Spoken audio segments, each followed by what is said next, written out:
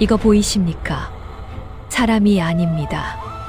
근데 이걸 본 사람은 전부 이상해지기 시작했습니다. 사람들이 눈이 바뀌어요. 그리고 갑자기 하나씩 죽기 시작합니다. 이거 열면 안 되는 거 맞죠? 오늘도 이도령 야담을 찾아주신 여러분을 환영합니다. 오늘 들려드릴 이야기는 조선 땅 깊은 산골에서 시작됩니다. 황금과 저주, 탐욕과 정해, 그리고 한선비의 굳은 의지에 대한 이야기입니다. 자, 그럼 시작해볼까요? 한양에서 수백 리 떨어진 깊은 산골에 자리 잡은 작은 마을, 청산골이라는 곳이 있었습니다. 이곳은 사시사철 맑은 물이 흐르고 푸른 산이 병풍처럼 둘러싸인 그림 같은 풍경을 자랑하는 곳이었죠. 이 평화로운 마을 한편에는 고요하고 소박한 초가집 한 채가 있었는데 이곳이 바로 김선비의 거처였습니다.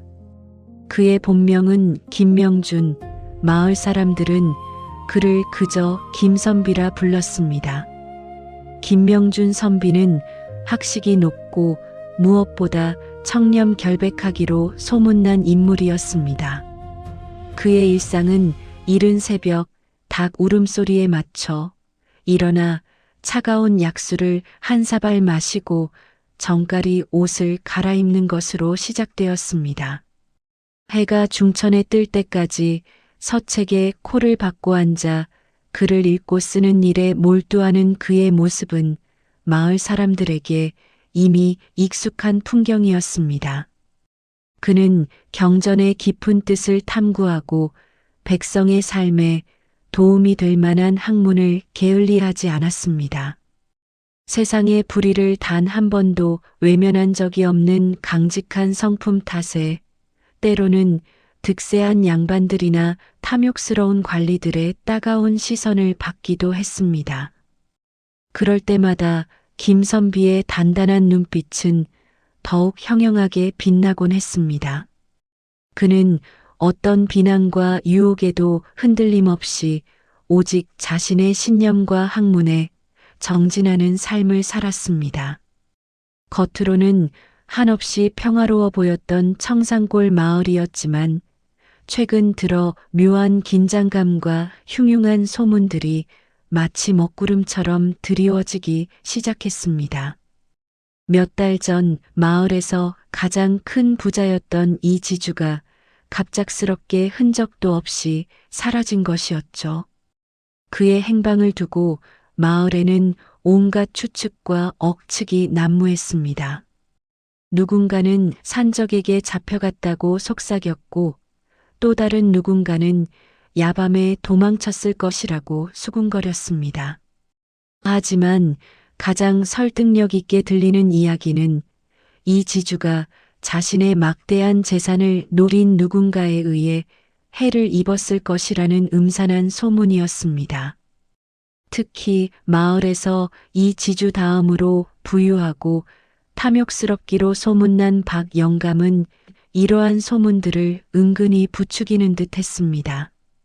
그는 턱수염을 쓸어 올리며 의미심장한 미소를 짓거나 술자리에서 일부러 목소리를 낮춰 이 지주의 황금이 호련히 사라졌다지 않나?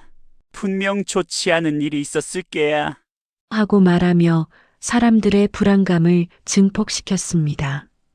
마치 사라진 지주의 재산에 대한 집착이 그의 눈빛에서 선명히 드러나는 듯 했습니다. 김선비는 이런 박영감의 행태와 마을에 퍼지는 소문들을 보며 씁쓸함을 감출 수 없었습니다. 재물이 사람의 마음을 얼마나 피폐하게 만드는 것인가. 그의 마음속에는 늘 경계의 목소리가 울려 퍼졌습니다. 어느 화창한 가을 오후였습니다. 김명준 선비는 답답한 서책을 잠시 덮고 사색에 잠기기 위해 홀로 마을 뒷산의 깊은 숲속을 거닐고 있었습니다. 그에게 숲은 단순한 자연 공간이 아니라 복잡한 세상사를 잇고 내면의 소리에 귀 기울일 수 있는 조용한 버시자 성찰의 공간이었습니다. 발 아래 바스락거리는 낙엽 소리, 멀리서 들려오는 산새들의 지저귀임, 그리고 코끝을 스치는 흙과 나무의 냄새는 그의 마음을 평온하게 해주었습니다. 그런데 갑자기 숲의 깊숙한 곳에서 예사롭지 않은 기운이 그의 발길을 붙잡았습니다. 마치 차가운 손이 그의 심장을 꽉 움켜쥐는 듯한 섬뜩하고 불길한 기운이었습니다. 점점 더 깊은 숲속으로 발걸음을 옮길수록 주변의 공기는 더욱 차가워지고 햇볕 한 점 들지 않는 음습한 골짜기가 나타났습니다. 그곳은 숲의 생명력이 닿지 않는 듯 묘한 침묵만이 감도는 공간이었습니다. 그 기이한 침묵 속에서 김명준 선비의 눈길을 사로잡은 것은 섬뜩하리만치 번뜩이는 무언가였습니다. 심장이 쿵 하고 내려앉는 듯한 충격과 함께 그는 그 빛을 향해 조심스럽게 다가갔습니다. 그것은 다름 아닌 낡고 오래된 황금 괴짝이었습니다. 수백 년의 세월을 견딘 듯한 거친 나무 재질로 만들어졌지만 표면에는 용과 봉황이 정교하게 새겨져 있었습니다. 그 화려한 문양들 사이로 언뜻언뜻 비치는 황금빛은 주변의 어둠을 압도하며 기묘한 빛을 뿜어내고 있었습니다. 그런데 그 괴짝의 주변은 참혹했습니다. 축 늘어져 죽어있는 길고양이들이 몇 마리 쓰러져 있었는데 그들의 몸은 마치 생명력을 전부 빼앗긴 듯 바싹 말라 있었고 고통의 흔적조차 없이 고요하게 죽어있는 모습이 너무나 기괴하고 끔찍했습니다. 숲의 음습한 기운과 함께 희미하게 느껴지는 비릿한 냄새가 그의 코끝을 스쳤습니다. 김선비는 황금 괴짝에 가까이 다가갈수록 알 수 없는 오한이 전신을 휘감는 것을 느꼈습니다. 설명할 수 없는 불안감과 함께 알 수 없는 공포가 그의 이성을 잠식하려 했습니다. 마치 그 괴짝이 숲의 모든 생명을, 아니 세상의 모든 활기찬 기운을 빨아들이는 듯한 섬뜩한 기운이었습니다. 그는 불현듯 마을 사람들의 입에서 쉬지 않고 회자되던 망자의 황금 전설을 떠올렸습니다. 부정한 방법으로 얻은 황금은 소유한 자는 물론 그 주변까지 저주를 내려 파멸에 이르게 한다는 오래되고 음산한 이야기였습니다.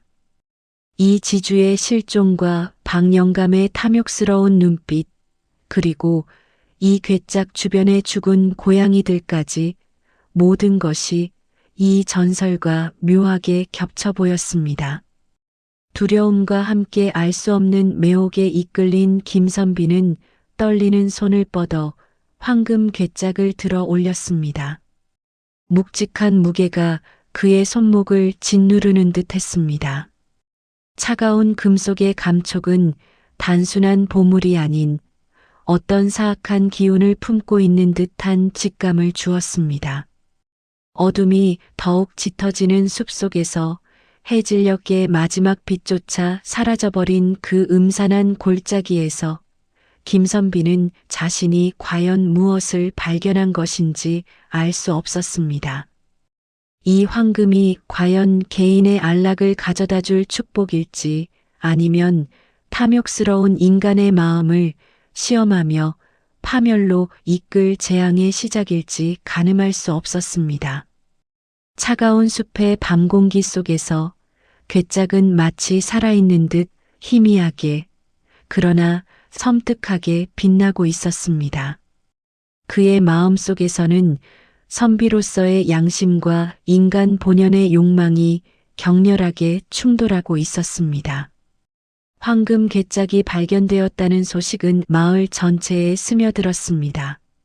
처음에는 그저 신기한 이야깃거리처럼 사람들의 입과 입을 통해 궁금증 가득한 속삭임으로 번져나갔어요. 하지만 그 순수한 호기심은 오래가지 못했습니다. 며칠이 지나지 않아 사람들의 눈빛에는 어둠이 깔리기 시작했어요.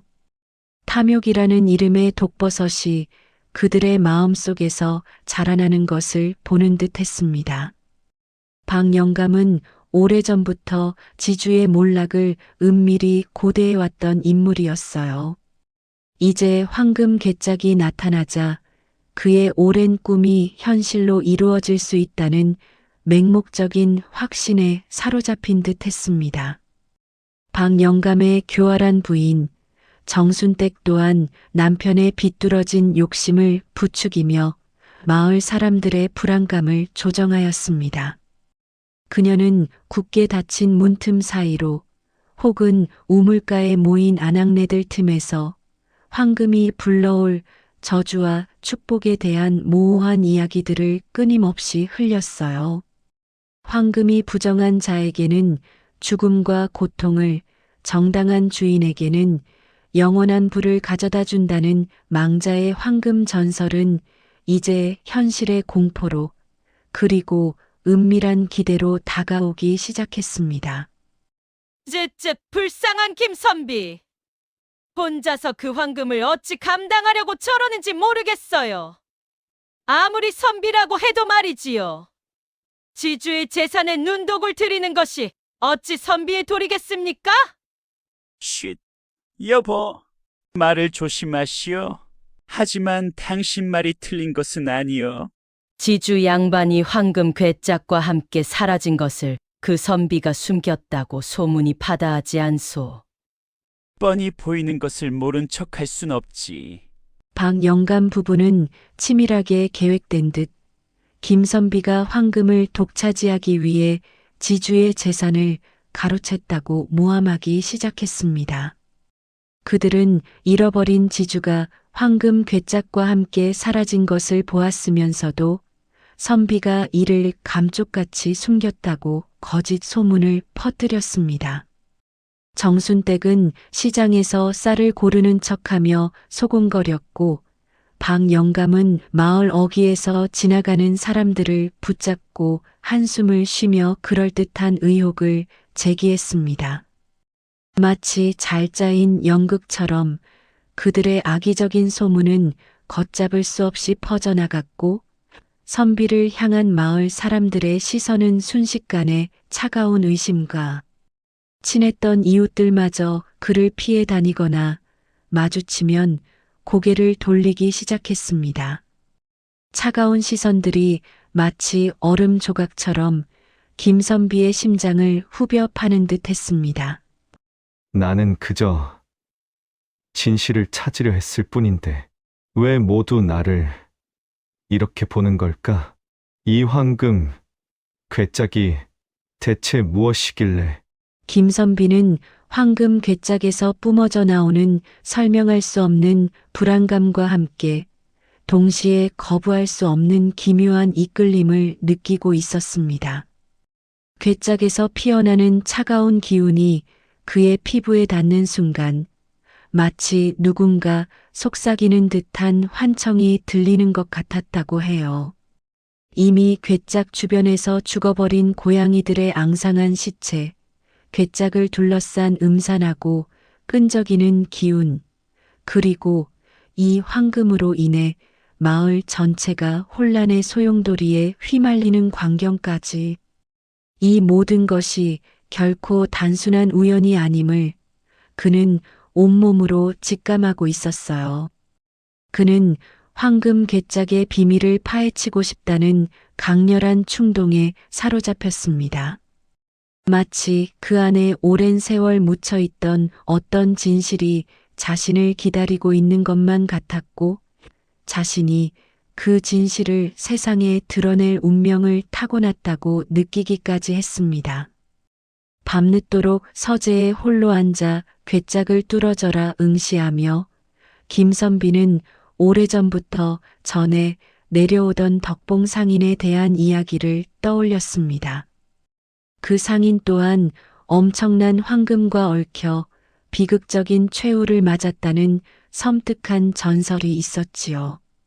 그의 비참한 죽음과 함께 황금도 사라졌다는 이야기가 지금 눈앞에 괴짝과 기묘하게 겹쳐 보였습니다. 이 안에 무엇이 들었기에 이토록 많은 이의 마음을 흔들고 또 이토록 많은 죽음을 부르는 것인가?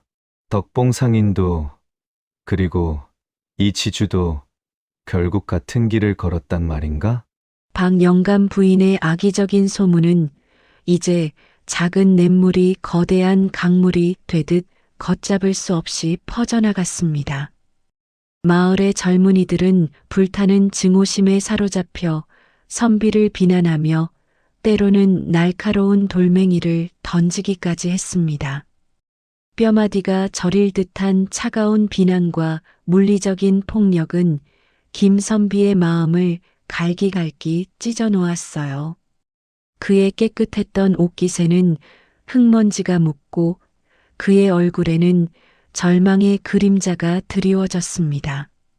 진실을 밝히려는 김선비의 노력은 오히려 그를 더 깊은 나락으로 밀어넣는 듯 했습니다. 그의 눈빛은 쉴 새 없이 흔들렸지만 결코 포기할 수 없었습니다. 창밖에서는 한밤의 바람 소리만이 그의 심경을 대변하듯 스산하게 불어왔습니다. 이 황금 괴짝이 자신과 마을 그리고 조선의 미래에 어떤 운명을 가져올지는 그 누구도 예측할 수 없었다고 합니다. 어둠 속에서 괴짝은 더욱 묵직한 침묵으로 김선비를 응시하는 듯 했어요. 박영감과 그의 부인은 그날 밤부터 마치 덫에 걸린 야수처럼 교활한 혀를 놀리기 시작했습니다. 그들의 말은 꿀처럼 달콤했지만 그 속에는 시커먼 독이 숨어 있었지요. 김선비가 황금을 숨겨두었다는 소문은 작은 불씨가 마른 장작더미에 옮겨붙듯 순식간에 마을 전체로 퍼져나갔습니다.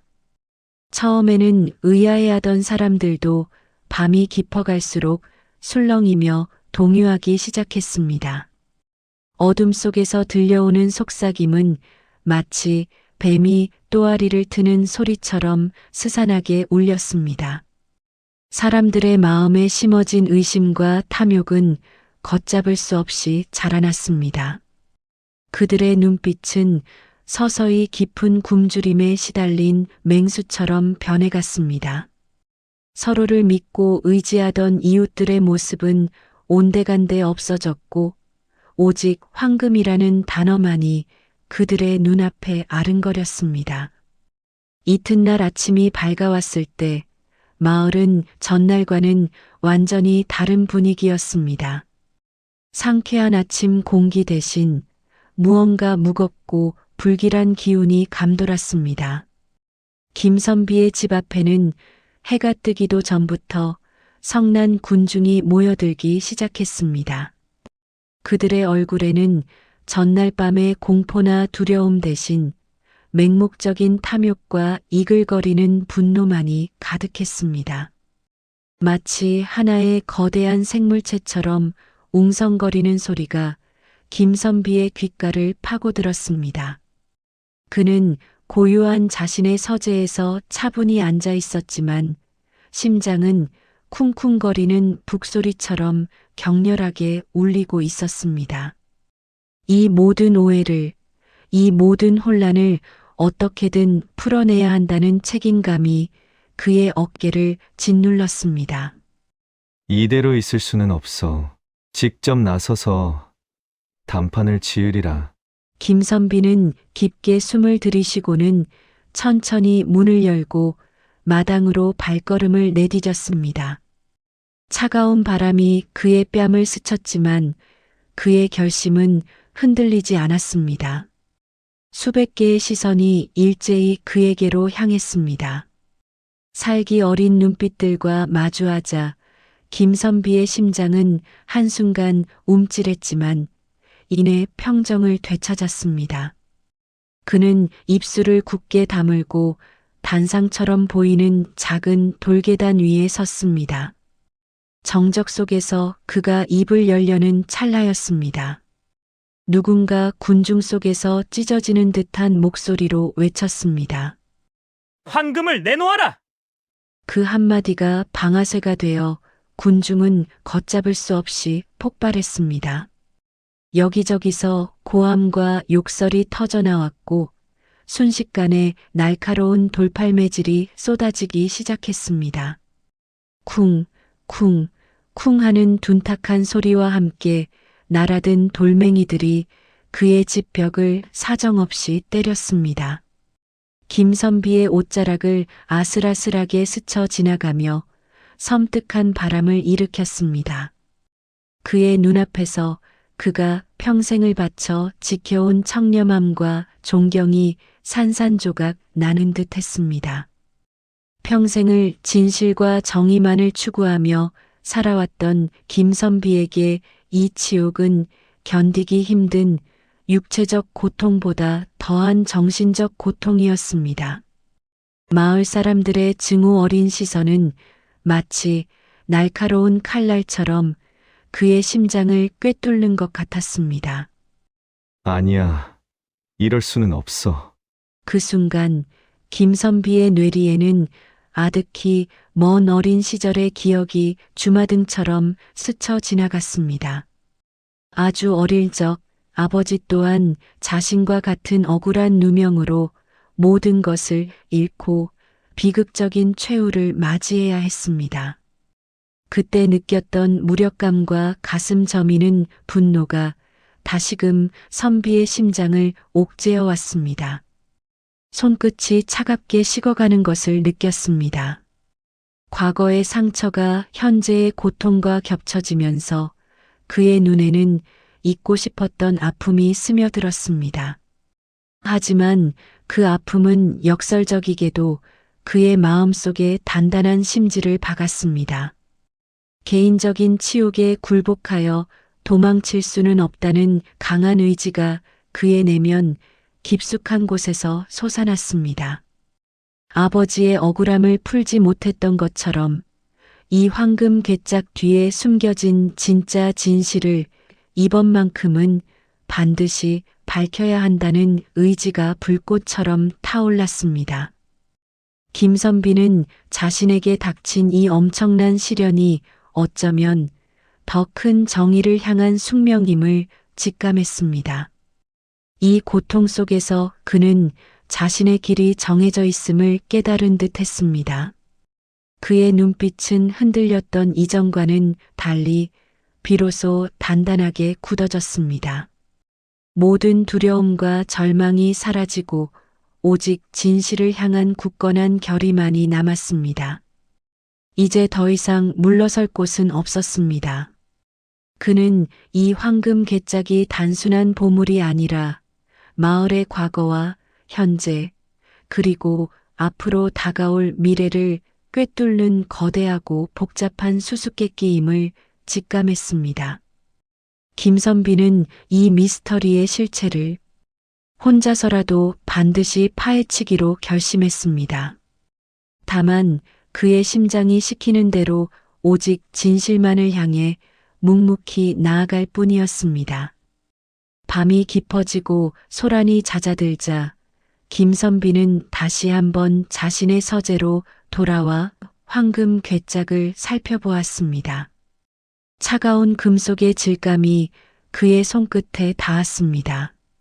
괴짝 겉면에 세월의 흔적이 느껴지는 낡은 문양이 그의 시선을 강하게 사로잡았습니다. 오래된 먼지와 함께 얽혀있는 그 문양 속에서 그는 희미하게 무언가 중요한 단서가 숨겨져 있을지도 모른다는 예감을 받았습니다. 황금이 발견된 지 채 며칠이 지나지 않았을 때였습니다. 괴짝을 가장 먼저 보았던 마을 사람, 바로 박 씨가 급작스럽게 병상에 눕게 되었습니다. 그의 몸에서는 마치 핏물을 머금은 듯한 검붉은 반점들이 걷잡을 수 없이 돋아나기 시작했고 열기는 사그라들 줄 몰랐습니다. 박 씨의 아내는 옆에서 지푸라기라도 잡는 심정으로 애원하며 의원을 불렀지만 의원조차 그의 병에 대해 고개를 저을 뿐이었지요. 그의 마지막 숨이 끊어지는 순간 온 마을에는 기이한 정적과 함께 알 수 없는 공포가 스며들었습니다. 슬픔보다는 섬뜩함이 더 크게 덮쳐오는 분위기였습니다. 사람들은 삼삼오오 모여 박 씨의 죽음에 대해 수군거리며 저주받은 황금 때문이 아니겠느냐는 불길한 속삭임을 주고받았습니다. 황금에 가장 큰 욕심을 내비치며 눈독을 들이던 이웃집 영감 최 씨에게도 비극이 닥쳤습니다. 어느 캄캄한 밤 최 씨는 평소처럼 뒤뜰 우물가로 향했습니다.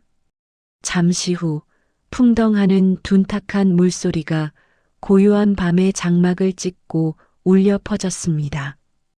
다음 날 아침 마을 사람들은 우물 속에서 싸늘하게 식어버린 그의 시신을 발견했습니다.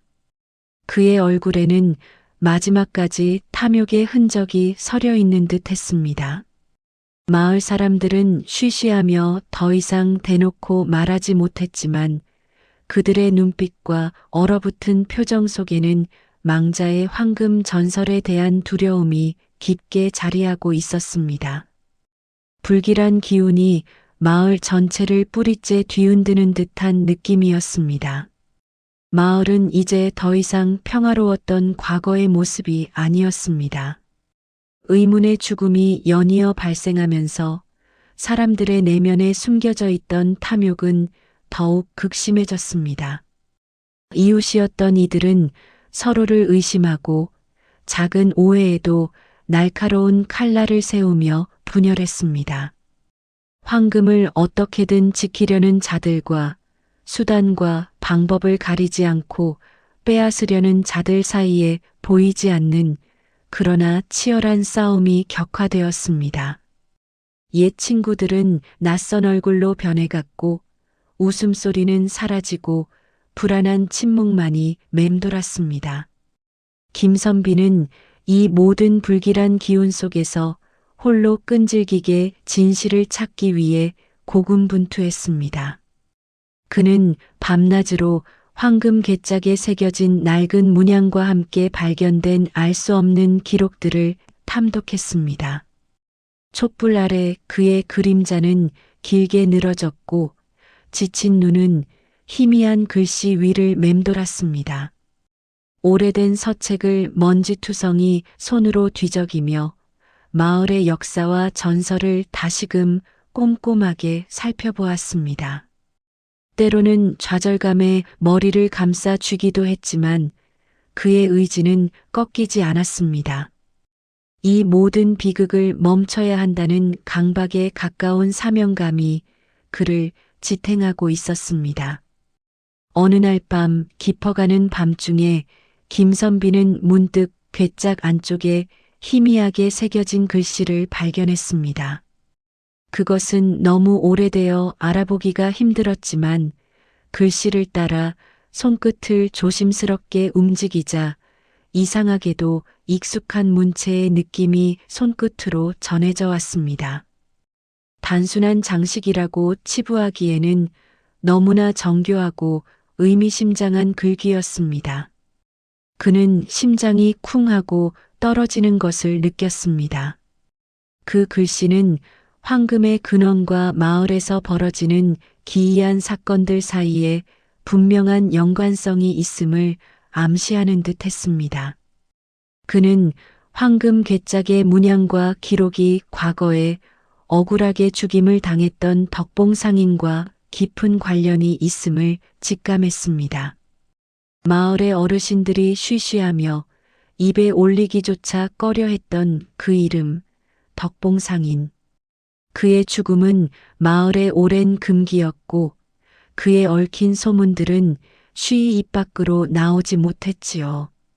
김선비는 어쩌면 이 모든 비극의 시작이 수십 년 전 덕봉상인의 의문스러운 죽음에서 비롯된 것일지도 모른다고 생각했습니다.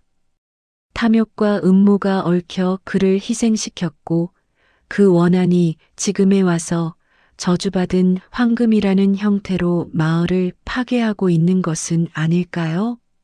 다음 날 새벽 동이 트기 전에 차가운 공기가 김선비의 뺨을 스쳤습니다. 그는 밤새 찾아낸 단서들을 품에 소중히 안고 덕봉 상인의 옛 거처로 향했습니다. 풀 한 폭이 제대로 자라지 못하는 폐허가 된 집터에는 을씨년스러운 기운만이 음습하게 감돌았습니다. 먼지 섞인 흙냄새와 함께 삭막한 바람이 귓가를 스쳐 지나갔습니다. 그곳에서 김선비는 무성한 잡초와 덤불 사이에 숨겨진 먼지에 뒤덮인 낡은 비석을 발견했습니다. 비석의 표면에는 알아볼 수 없는 글자들이 희미하게 새겨져 있었고 이끼가 잔뜩 끼어 있었습니다. 그는 떨리는 손으로 비석의 먼지를 닦아내기 시작했습니다. 그의 심장이 불안하게 그리고 격렬하게 요동치기 시작했습니다. 드디어 진실의 문이 열리려는 순간이었습니다. 그날 밤 김선비는 덕봉 상인의 옛 거처에 있는 낡은 비석 앞에서 쉽사리 발걸음을 떼지 못했습니다. 저녁놀이 비스듬히 기울어진 담장에 길게 그림자를 들이우고 차가운 저녁 공기가 뼈를 스며드는 듯한 느낌이었습니다. 비석에 새겨진 알아볼 수 없는 글자들이 그의 마음속에 마치 해독 불가능한 고대의 저주처럼 무거운 돌덩이로 자리 잡았어요. 오랫동안 버려져 흙먼지가 쌓인 그곳에서 그는 한참 동안 서 있었습니다. 바람이 스산하게 불어와 낡은 기와 지붕에서 윙윙거리는 소리를 내고 잊혀진 과거의 한숨처럼 들렸습니다. 이 모든 의문이 과거의 비극과 얽혀 있다는 직감은 시간이 흐를수록 더욱 강해지는 것이었습니다. 이 글자들이 대체 무엇을 말하려는 걸까요? 덕봉 상인의 죽음, 황금 괴짝, 그리고 이 알 수 없는 비석. 모두가 하나로 이어져 있는 기분이에요. 하지만 그 연결고리를 찾을 수가 없으니 답답하기만 합니다.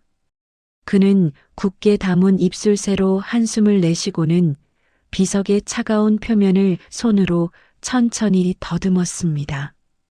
거칠고 오래된 돌의 감촉이 그의 손끝으로 전해졌어요. 집으로 돌아온 김선비는 밤늦도록 서재의 촛불 아래 고서들을 뒤적였습니다. 쿰쿰한 종이 냄새가 가득한 서재에서 그는 한 장 한 장 조심스럽게 넘겨가며 비석의 글자를 해독할 만한 단서를 찾아 헤맸습니다. 하지만 수많은 밤을 새워가며 읽었던 상형문자 해설서와 고대 문헌들 속에서도 비석의 글자들과 일치하는 흔적은 단 하나도 발견할 수 없었습니다. 그의 눈은 붉게 충혈되었고 머리는 지끈거렸습니다. 지식의 갈증은 깊어지고 있었으나 목마름을 채워줄 셈은 보이지 않았습니다. 도대체 어디서부터 시작해야 할까요? 이렇게 막연하게 책만 들여다보고 있어서는 아무것도 알아낼 수 없을 겁니다. 중요한 단서를 놓치고 있는 것 같아요. 답답함에 밤잠을 설치던 김선비는 옅은 새벽빛이 창문으로 스며들 무렵 문득 황금 괴짝이 처음 발견되었던 숲길의 이미지를 떠올렸습니다. 그의 머릿속에는 당시의 생생한 풍경이 마치 어제 일처럼 그려졌어요. 울창한 나무들이 우거지고 습한 흙냄새가 가득했던 그 숲. 어쩌면 그곳에 진실의 파편이 또 하나 숨어 있을지도 모른다는 섬광 같은 깨달음이 그의 머리를 번개처럼 스쳤습니다. 그의 심장은 갑자기 세차게 뛰기 시작했습니다. 이성은 피로에 지쳐 있었지만 직감은 더욱 날카로워지는 순간이었습니다. 다음 날 해가 뜨기도 전 동이 채 터오르지 않은 어스름한 새벽에 김선비는 다시 숲길로 향했습니다. 차가운 새벽 공기는 폐부를 깊숙이 파고들었지만 그의 발걸음은 망설임이 없었습니다.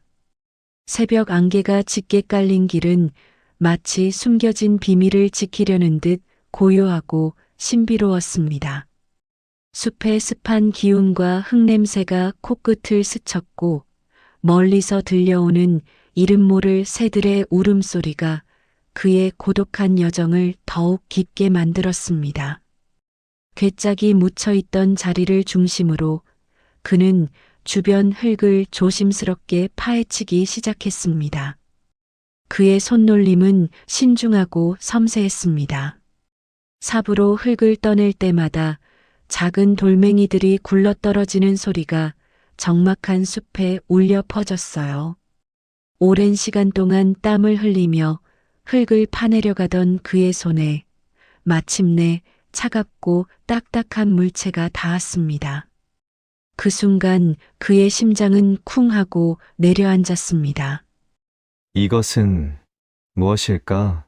흙을 걷어내자 반쯤 파묻힌 또 하나의 낡은 비석이 천천히 모습을 드러냈습니다. 먼저 발견했던 비석보다 훨씬 작고 투박한 형태였지만 그 위에 오랜 세월의 흔적처럼 달라붙어 있던 이끼와 흙먼지를 닦아내자 희미하게 드러나는 글자들이 김선비의 심장을 쿵 하고 내려앉게 했습니다. 오래된 이끼와 흙먼지 사이로 희미하게 빛나는 문구는 마치 죽은 자의 경고처럼 혹은 긴 잠에서 깨어난 영혼의 속삭임처럼 느껴졌습니다. 그의 손은 무의식적으로 그 글자들을 더듬었습니다. 선비는 비석에 새겨진 글귀를 천천히 그리고 조심스럽게 더듬었습니다. 차가운 돌의 감촉이 그의 손끝을 타고 전해져 왔습니다. 알 수 없는 암호들 사이로 현대 문자에 가까운 형태의 섬뜩한 경고문이 분명하게 읽혔습니다. 그 내용은 다음과 같았습니다. 진실은 땅속 깊이 잠들어 있으니 탐욕이 아닌 지혜로 구하라. 짧지만 강력한 문구는 그의 뇌리에 깊이 박혔습니다. 그 순간 김선비의 머릿속에는 수십 년 전 마을의 덕을 쌓았으나 의문의 죽음을 맞았던 덕봉상인의 비극적인 이야기가 선명하게 그려졌습니다. 어린 시절부터 마을 어른들에게 전해 듣던 그 비운의 상인, 그의 갑작스러운 죽음과 함께 사라진 그의 재산, 그리고 그를 둘러싼 무성한 소문들, 이 모든 황금과 비석이 단순한 우연이 아니라는 확신이 들었습니다. 누군가 의도적으로 진실을 깊이 묻어두고 동시에 미래의 누군가가 그 진실을 밝힐 수 있도록 단서를 남긴 것이 분명했습니다. 마치 시간의 흐름 속에 숨겨진 고도의 지략처럼 말입니다. 그는 비석의 글귀와 덕봉 상인의 전설 사이에 깊은 연결고리가 있음을 직감했습니다. 박영감일가의 끝없는 탐욕, 황금 괴짝을 둘러싼 마을 사람들의 의문의 죽음, 그리고 이 의문의 비석들이 모두 한 줄기로 이어지는 거대한 음모의 실타래 같았습니다. 이 모든 것이 마치 촘촘하게 짜여진 거미줄처럼 보였습니다. 김선비는 무거운 마음으로 비석을 조심스럽게 품에 안았습니다. 돌의 차가운 무게가 그의 심장에 그대로 전해지는 듯 했습니다. 그의 발걸음은 숲을 벗어나 마을로 향했지만 이전과는 완전히 다른 발걸음이었습니다. 이제 진실은 막 그 얼굴을 드러내기 시작한 것 같았습니다. 그리고 그는 그 진실의 가장자리에 서 있었습니다. 그의 사명은 이제 더욱 분명해진 것 같았어요. 어쩌면 그는 이 진실을 밝히기 위해 태어난 사람일지도 모른다는 생각을 했습니다. 아니, 반드시 밝혀내야만 했습니다. 그의 마음속에서는 결연한 의지가 타오르기 시작했습니다. 김선비는 덕봉 상인의 거처에서 가져온 2개의 낡은 비석을 서재 가장 깊숙한 곳, 촛불이 희미하게 흔들리는 책상 위에 조심스럽게 놓았습니다. 차가운 돌의 촉감이 손끝에 생생하게 느껴졌습니다. 칠흑 같은 밤이 이어지는 동안 그는 잠시도 눈을 붙이지 못한 채 비석 해독에 매달렸습니다. 쌓여있는 고서들과 빛바랜 고문서들 사이에서 그는 글자의 형태 하나하나를 분석하고 고대 암호의 미묘한 패턴을 찾아내려 애썼습니다. 그의 눈은 피로로 붉게 충혈되었지만 진실을 향한 열망은 꺼지지 않는 불씨처럼 타올랐습니다. 간혹 지끈거리는 두통이 그를 괴롭혔지만 덕봉 상인의 억울함이 담겨 있을지도 모른다는 생각에 쉬이 포기할 수 없었습니다. 수십 날 밤낮으로 이어진 고투는 마치 끝없는 미로를 헤매는 것 같았습니다. 종종 그는 신락 같은 희망마저 놓쳐버린 것 같은 절망감을 느꼈습니다. 그러나 포기하지 않는 끈기가 결국 결실을 맺었습니다. 마침내 그의 시선이 어느 낡은 책 한 권에 닿았을 때 심장이 쿵 하고 떨어지는 듯한 충격을 받았습니다. 책장 모퉁이에 숨겨져 있던 그 책은 다름 아닌 덕봉 상인이 생전에 사용했다는 희귀한 암호집이었습니다. 먼지에 덮여 있었지만 표지에 새겨진 상인의 문양은 너무나 선명했습니다. 손끝으로 책을 쓸어보니 거친 종이의 질감이 과거의 비밀을 웅변하는 듯 했습니다. 이것이 김선비의 입술에서 작은 탄성이 흘러나왔습니다. 암호집을 펼쳐 비석에 새겨진 기이한 글자들과 하나씩 대조해 나가자 놀랍게도 숨겨진 의미들이 서서히 그 모습을 드러내기 시작했습니다. 마치 굳게 닫힌 문이 서서히 열리듯 김선비의 머릿속에서는 그림이 맞춰졌습니다. 비석의 암호는 단순한 글귀가 아니었습니다. 그것은 황금 괴짝의 구조를 상세히 묘사하고 있었습니다. 특히 괴짝 밑에 교묘하게 숨겨진 이중 바닥의 존재를 명확하게 가리키고 있었습니다. 해독을 마친 김선비는 손에 든 암호집이 떨리는 것을 느꼈습니다. 그의 심장은 마치 격렬한 북소리처럼 두근거렸습니다. 믿을 수 없는 진실 앞에 잠시 멍하니 앉아 있다가 그는 급히 몸을 일으켜 다시 황금 괴짝으로 향했습니다. 차가운 쇠붙이의 질감이 그의 손바닥에 닿자 미세한 전율이 느껴졌습니다. 김선비는 떨리는 손으로 괴짝의 표면을 세심하게 살폈습니다. 육안으로는 도저히 찾아낼 수 없었던 머리카락처럼 가늘고 미세한 틈이 그의 예리한 시선에 들어왔습니다.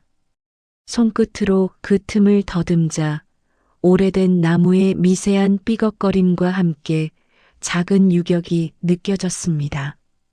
망설임은 더 이상 없었습니다.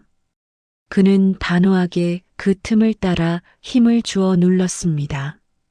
끽비이걱 낡은 나무가 마찰하는 소름 끼치는 소리가 고요한 서재를 울렸습니다.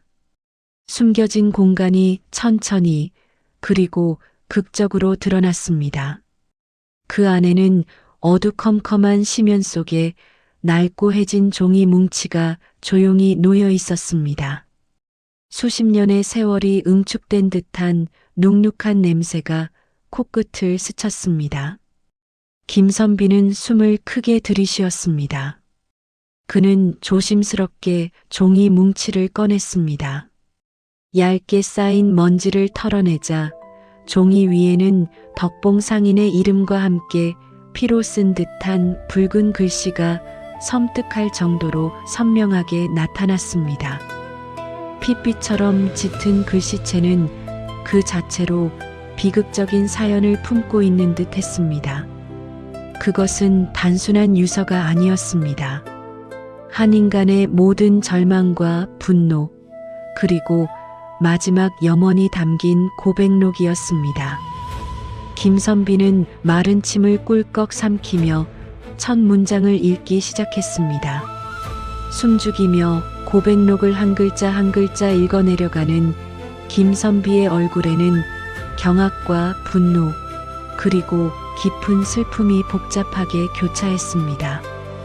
고백록에는 덕봉 상인이 박영감의 탐욕스러운 조상인 박진사에게 억울하게 재산을 빼앗기고 심지어는 누명을 쓰고 참혹하게 죽임을 당했다는 피 맺힌 사연이 절절하게 담겨 있었습니다. 박진사는 덕봉 상인의 재산을 탐하여 온갖 비열하고 악랄한 행위를 서슴지 않았고 끝내 상인을 죽음으로 몰아넣었던 것입니다. 덕봉 상인은 죽기 직전 자신의 마지막 숨결이 닿는 순간까지 이 모든 진실을 낱낱이 기록으로 남겼습니다. 그의 글씨체는 후반부로 갈수록 격렬해지고 마치 뼈를 깎는 고통 속에서 써내려간 듯 뒤틀려 있었습니다.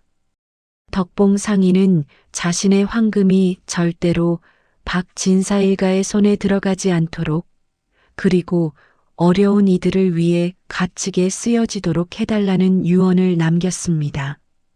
또한 박진사 일가의 뿌리 깊은 탐욕스러운 본성을 만천하에 폭로할 결정적인 증거들을 아주 상세하고 치밀하게 기록해 두었습니다. 이는 수십 년이라는 긴 세월에 걸쳐 철저하게 설계된 죽은 자의 치밀한 복수극이자 억울하게 죽어간 한 사람의 영혼이 진실을 밝히기 위한 피 맺힌 절규였습니다. 황금 괴짝은 단순한 재물이 아니었습니다. 그것은 억울한 죽음의 생생한 증거이자 불의에 맞서는 정의의 강력한 메시지였던 것입니다. 촛불이 흔들리며 벽에 비친 김선비의 그림자도 함께 떨렸습니다. 모든 진실의 무게가 김선비의 어깨를 짓눌렀지만 그의 눈빛은 흔들림 없이 단단해졌습니다. 그는 박영감 일가가 대대로 이어온 거짓과 탐욕이 얼마나 깊고 뿌리 깊은 것인지 뼛속 깊이 깨달았습니다. 눈앞에 놓인 고백록은 단순한 종이 뭉치가 아니라 시대를 초월한 정의의 외침처럼 느껴졌습니다. 이제 남은 것은 이 모든 암흑 속의 진실을 세상에 낱낱이 밝히고 덕봉 상인의 억울한 한을 깨끗이 풀어주는 것이었습니다. 그러나 김선비는 박영감 일가가 이 충격적인 진실을 순순히 받아들일 리 없다는 것을 너무나 잘 알고 있었습니다. 그들은 권력과 재물을 지키기 위해서라면 어떤 악행도 서슴지 않을 자들이었습니다. 과연 김선비는 이 거대하고 음습한 음모의 뿌리를 과감하게 뽑아내고 짓밟힌 정의를 바로 세울 수 있을까요? 그의 손은 어느새 굳게 쥐어져 있었습니다. 서재의 고요함 속에서 그의 결심은 더욱 굳건해지고 있었습니다. 김선비는 덕봉 상인의 고백록이 담긴 두툼한 장부를 두 손에 힘주어 움켜쥐었습니다. 낡은 종이의 거친 감촉이 손바닥에 생생히 전해져 왔고 그 속에서 잠든 덕봉 상인의 한 맺힌 사연이 고스란히 김선비의 심장을 울리는 듯 했습니다. 무겁게 짓누르는 책임감과 더불어 이 모든 진실을 세상에 밝혀야 한다는 결연한 의지가 그의 눈빛에 번뜩였습니다. 광장의 소란스러운 인파 속으로 들어서기 전 그는 깊게 숨을 들이쉬었습니다. 폐부 가득 들어찬 공기가 싸늘하게 느껴졌지만 그의 마음 속에는 뜨거운 불꽃이 타오르고 있었습니다.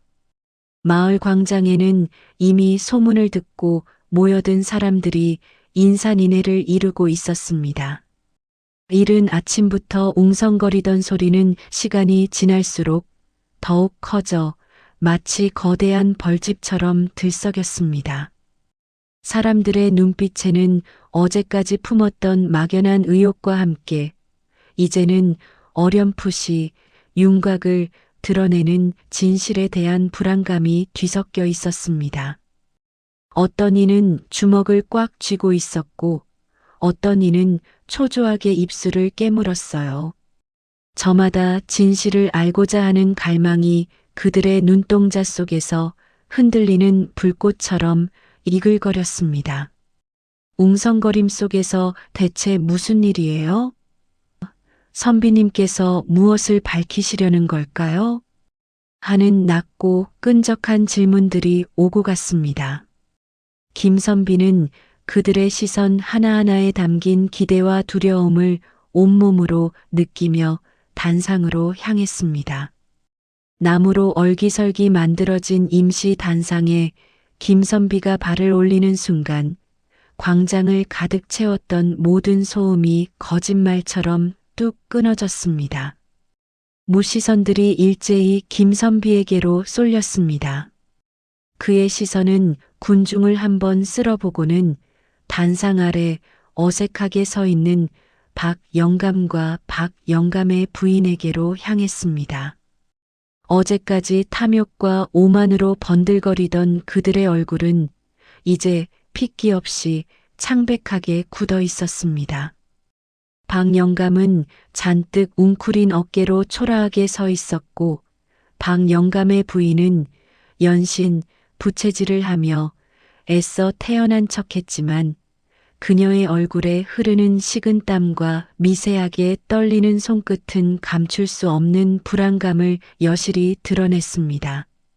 그녀는 연신 옆에 선박 영감의 소매를 잡아당기며 불안한 시선을 보냈지만 박 영감은 고개를 숙인 채 그저 뻣뻣하게 서 있을 뿐이었습니다. 이 모든 것이 곧 끝날 것이다. 이제 더 이상은 피할 수 없어 김선비는 담담하게 그들을 바라보았습니다. 이윽고 김선비의 차분하지만 단호한 목소리가 광장 전체에 울려 퍼졌습니다. 마이크도 없는 시대였지만 그의 목소리에는 듣는 이의 마음을 단번에 사로잡는 강한 힘이 있었어요. 그는 덕봉 상인이 겪었던 억울한 사연과 박진사 일가가 벌인 비열한 음모를 하나하나 낱낱이 밝혀나갔습니다. 덕봉 상인의 고백록에 적힌 상세한 기록들, 매일매일의 일지와 감춰진 장부들이 생생한 증거로 제시되었습니다. 덕봉 상인께서는 매일 밤 이 작은 책에 그날 겪으신 부당함을 고스란히 기록해 두셨습니다. 박진사 일가의 협박과 착취, 그리고 그들이 꾸민 황금 괴짝 도난 사건의 전말까지 이 모든 것이 여기에 소상히 적혀 있습니다. 김선비는 고백록을 들어보이며 말했습니다. 그리고 잠시 후 김선비는 황금 괴짝의 이중 바닥에서 발견된 결정적인 증거들을 차례로 제시했습니다. 희미하게 잉크가 번진 낡은 서찰, 그리고 덕봉 상인이 몰래 빼돌려 숨겨두었던 박진사 가문이 거래 장부 조각들이 그것이었습니다. 박진사 일가가 덕봉 상인을 협박하며 부당하게 재산을 갈취하고 심지어 황금 괴짝 도난 사건을 조작했다는 명백한 증거였습니다. 증거들이 하나하나 밝혀질 때마다 사람들의 표정은 경악과 충격으로 물들었습니다. 마을 사람들의 얼굴에는 충격과 경악이 교차했습니다. 방금 들은 이야기가 너무나 충격적이어서 누구 하나 쉽사리 말을 잇지 못했습니다. 자신들이 그동안 박영감 일가의 교활한 거짓말에 얼마나 쉽게 속아 넘어갔는지 그 수치심과 죄책감이 뒤섞여 파도처럼 일렁였습니다. 일부는 고개를 푹 숙인 채 자신의 발만 바라보았고 일부는 주먹을 꽉 쥔 채 분노를 사겼습니다. 그들은 그동안 김선비를 의심하고 오히려 박영감의 편을 들었던 스스로의 어리석음에 몸서리쳤습니다. 어찌 우리가 그리 눈이 멀었던가. 덕봉 상인이 그동안 얼마나 힘들었을까. 자책의 목소리가 터져 나오기 시작했습니다. 광장 전체는 금세 무거운 후회와 분노의 기운으로 가득 찼습니다. 그때까지 이를 악물고 참아왔던 박영감이 갑자기 단상 앞으로 뛰쳐나오며 고함을 질렀습니다. 진실이 마치 거대한 파도처럼 마을을 휩쓸고 지나간 그 다음 날 아침이었습니다. 동이 트기도 전부터 김선비 댁 앞에는 발 없는 말이 천리 간다는 소문처럼 사람들이 하나둘 모여들기 시작했습니다. 그들의 시선은 멀리 박영감 댁을 향하고 있었지요.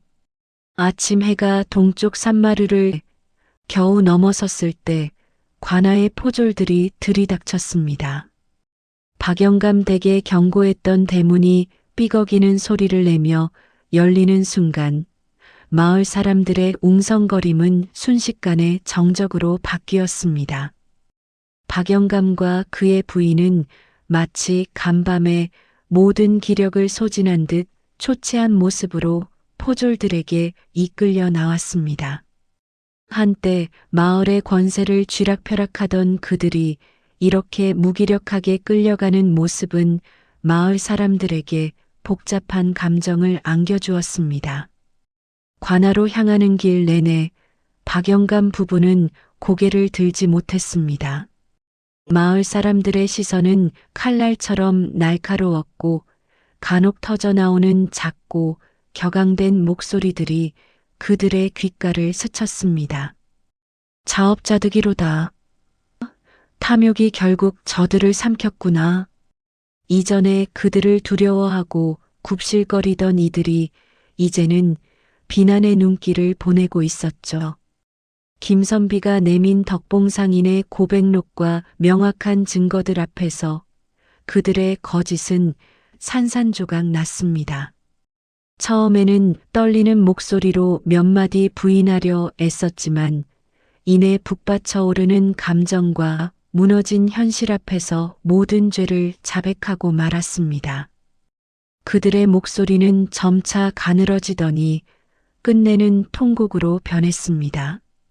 죄를 고백하는 그들의 눈물은 재판이 끝난 후 그들에게 내려진 형벌은 가혹했습니다. 모든 재산을 몰수당하고 정든 마을에서 영원히 추방되는 비참한 최후를 맞이하게 되었습니다. 그들이 평생을 바쳐 쌓아 올린 모든 것이 한순간에 무너져 내리는 순간이었죠.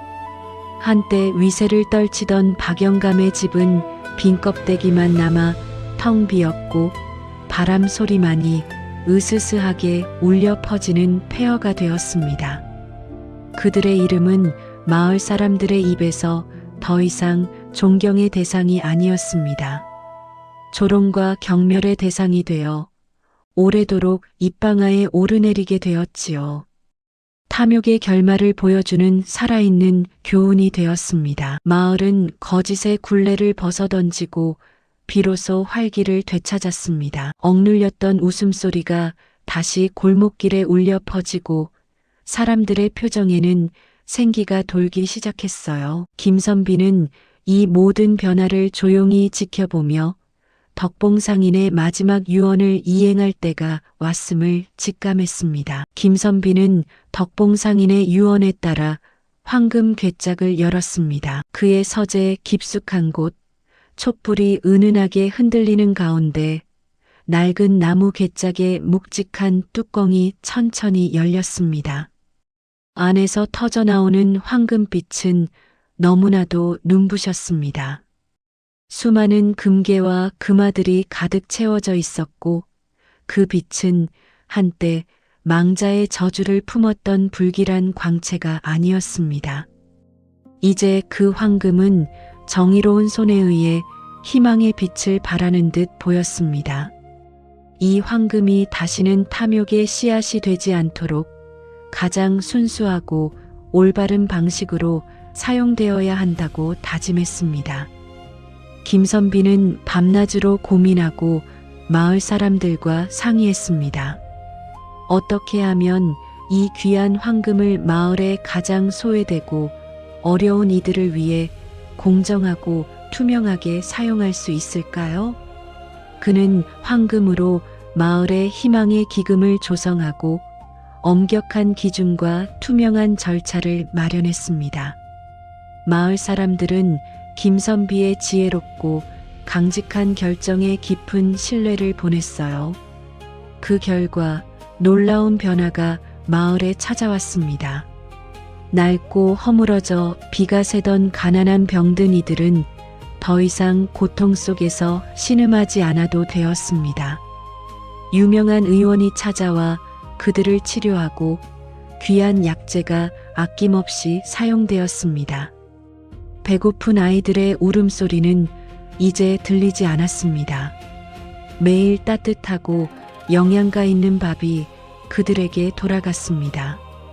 아이들의 얼굴에는 웃음꽃이 피었고 희망에 찬 눈빛으로 미래를 꿈꾸기 시작했습니다.